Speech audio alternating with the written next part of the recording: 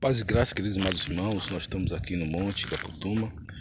Nós queremos falar sobre áreas de compensação. Áreas de compensação. A confissão e arrependimento é a maior arma que o cristão tem.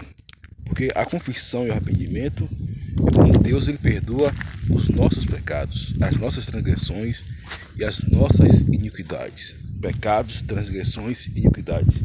Estude cada um desses itens que você vai saber o que é que significa. Deixa eu botar aqui para poder ficar direitinho no meu improviso aqui. Glória a Deus. Fica aí, em nome de Jesus, celular. Fica aí, em nome de Jesus. Venha. Isso. Então, irmãos, a área de compensação é uma área aonde você vai compensar aquilo que foi sanado. E a confissão, nós sabemos que a confissão e o arrependimento é a maior arma que o cristão tem, né? No nome de Jesus, pelo sangue de Jesus. Porque você vai destronar as forças das trevas quando você confessa. Aquilo que você confessa, aquilo que você fala, o diabo não tem mais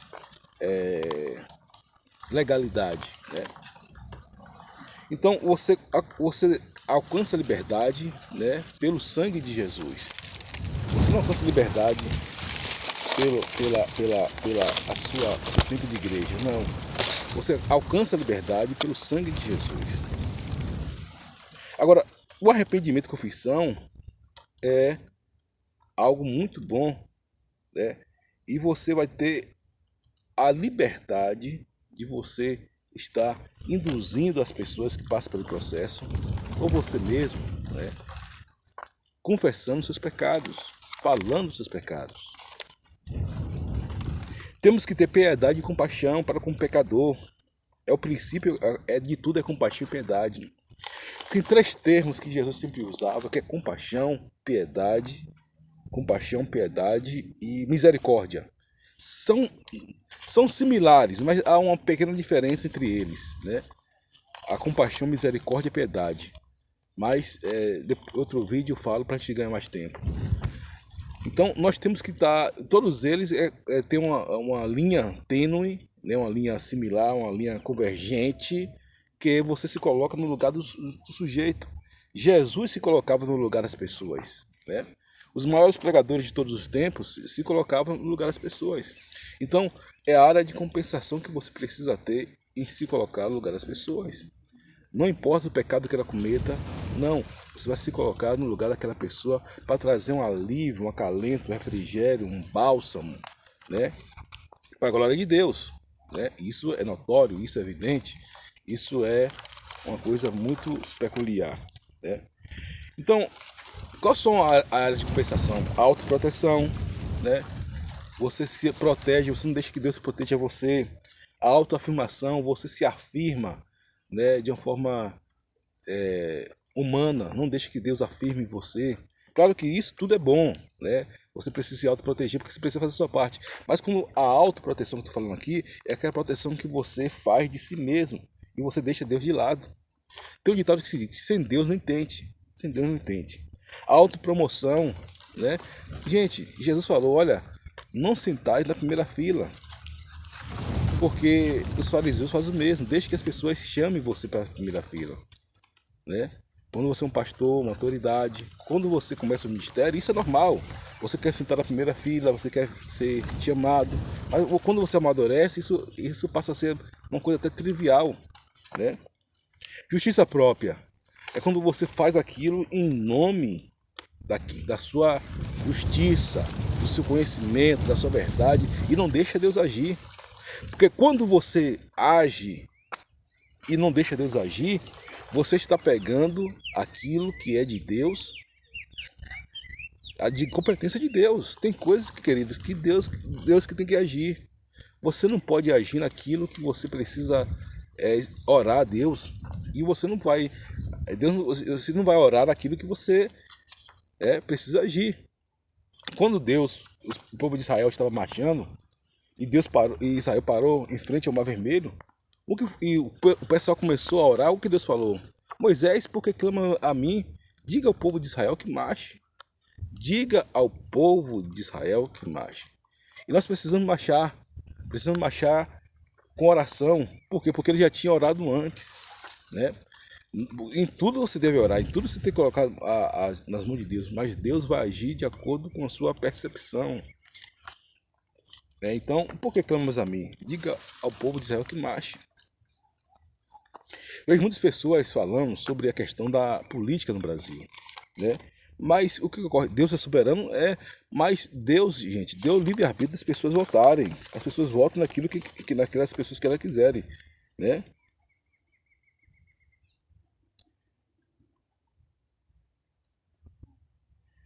Então, você vai ter essa empatia com as pessoas. A melhor coisa que você vai. A palavra mais forte que você tem a favor da pregação do Evangelho é empatia, né? Seja o meio que for, você vai ser empatia. Quando a pessoa prega o Evangelho e ela começa a relatar o testemunho, por que as pessoas gostam? Porque os maiores pregadores de todos os tempos, né, sempre falavam de testemunho pessoal, porque há empatia, né? Há uma empatia. Quando você fala algo seu, né, as pessoas gostam, as pessoas se sentem no seu lugar, né? Então isso é muito bom, isso é muito bom, né? Então você precisa ter essa empatia e ter muita confiança em Deus, né? E confiando em si mesmo na suficiência de Deus. Agora, isso precisa estar atento à voz de Deus, né? Eu vejo muitas pessoas, né?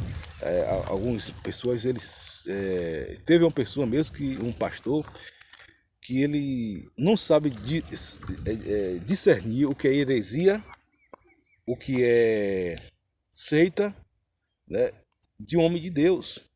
Porque, gente, se você for detalhar a Bíblia completamente, você não vai chegar a lugar nenhum. A Bíblia é impossível de você ter uma resposta para tudo. É impossível, né? As mentes mais profundas, mais capacitadas, elas não têm condição de discernir a Bíblia de jeito nenhum.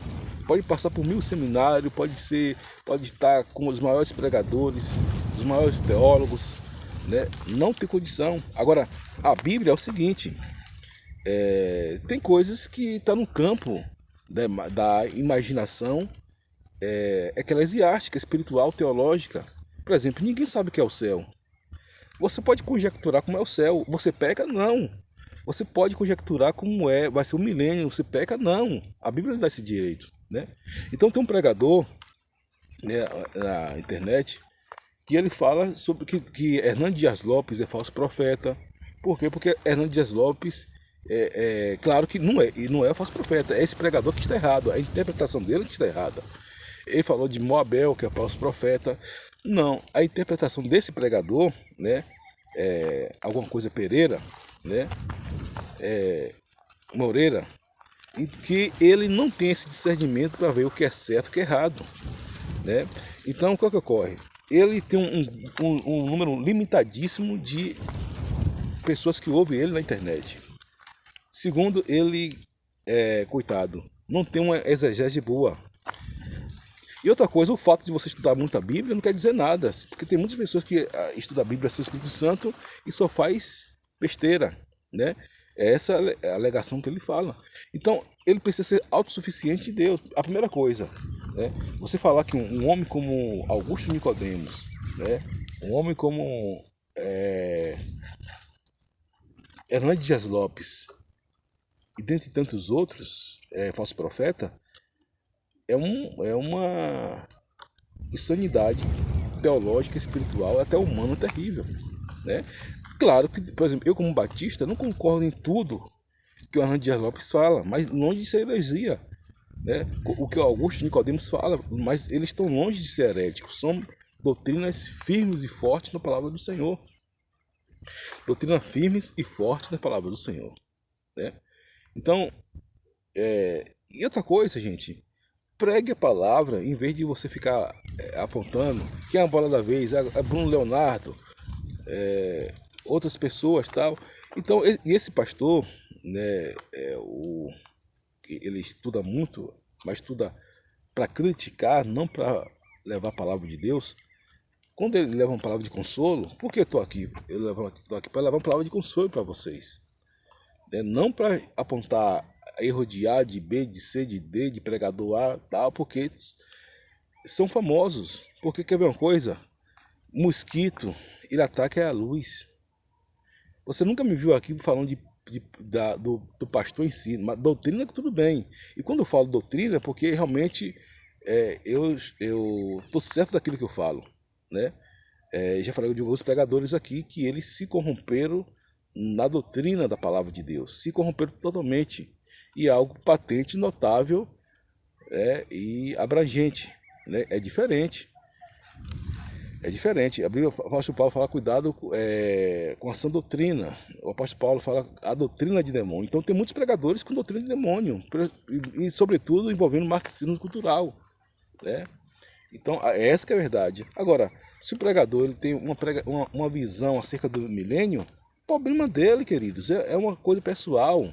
Os adventistas eles guardam o sábado. Isso é bom. Isso não tem pecado nenhum.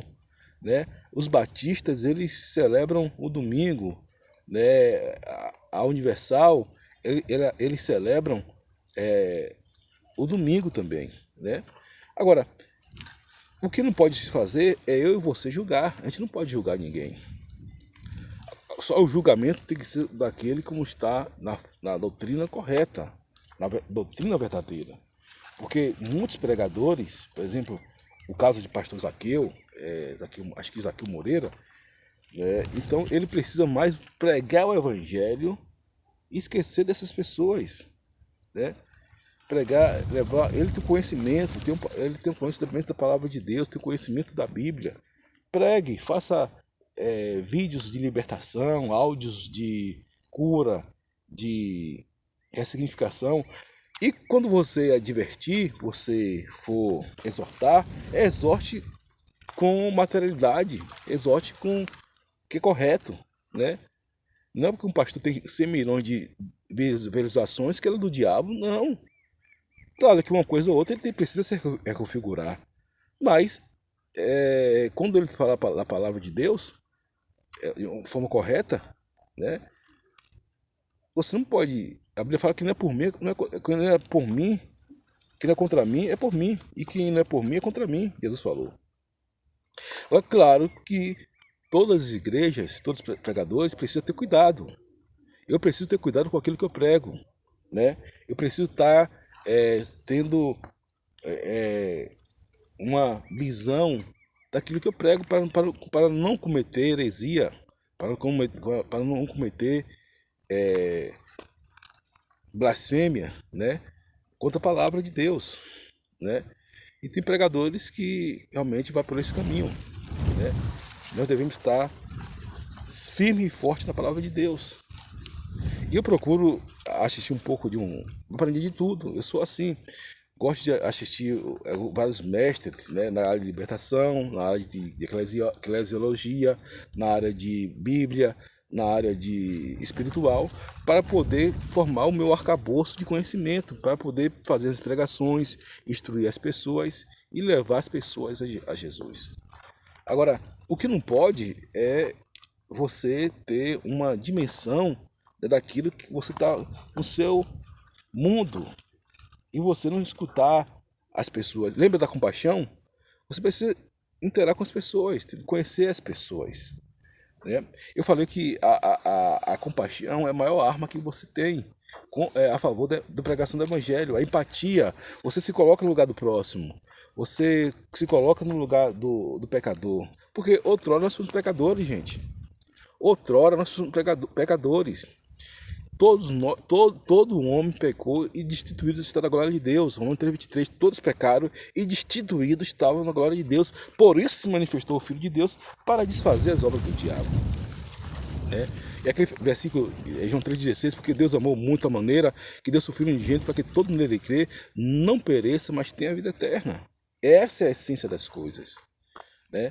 Você se colocar como um vaso na mão de Deus, um instrumento na mão de Deus, uma ferramenta na mão de Deus. Porque Deus quer usar a mim, quer usar você. Agora, não critique o outro, porque o outro, por exemplo, eu sou batista, eu tenho muita limitação em relação às outras igrejas, mas eu sei que são igrejas de Deus, maravilhosas, lindas e abençoadas. Por exemplo, tem a igreja do véu. A igreja do véu, nada contra a igreja do véu, nada contra. É uma igreja do Senhor, mas particularmente não me adaptaria a uma igreja do véu. Se eu fosse morar ou visitar um país, outra cidade, se eu tivesse aquela igreja ali, ia assim cultuar, mas não me adaptaria, porque eu nasci com o meu na cultura batista. Tem os Assembleias de Deus também, que eu gosto muito, né? Talvez, né, seria a mais fácil de adaptar-se, né? Mas, por exemplo, os adventistas, muito bom, muita boa doutrina, mas eu não me adaptaria aos adventistas, né, por causa da questão do sábado, e isso não voga em nada, né, porque Jesus fala o seguinte: uns faz caso de dias, mas para Deus faz. Uns faz caso de costume, mas para Deus faz, né? Então, o importante é servir a Deus. O importante é servir a Deus. E vamos parar com esse negócio de criticar as igrejas neopentecostais. Porque as igrejas neopentecostais são nossas irmãs. Ah, mas pastor fulano que está na frente, ele vai dar conta a Deus, querido. Ele vai dar conta a Deus. E para sua surpresa, Deus pode até abençoar a vida dele mais daquilo que você pensa que ele vai abençoar. Porque quem julga é Deus.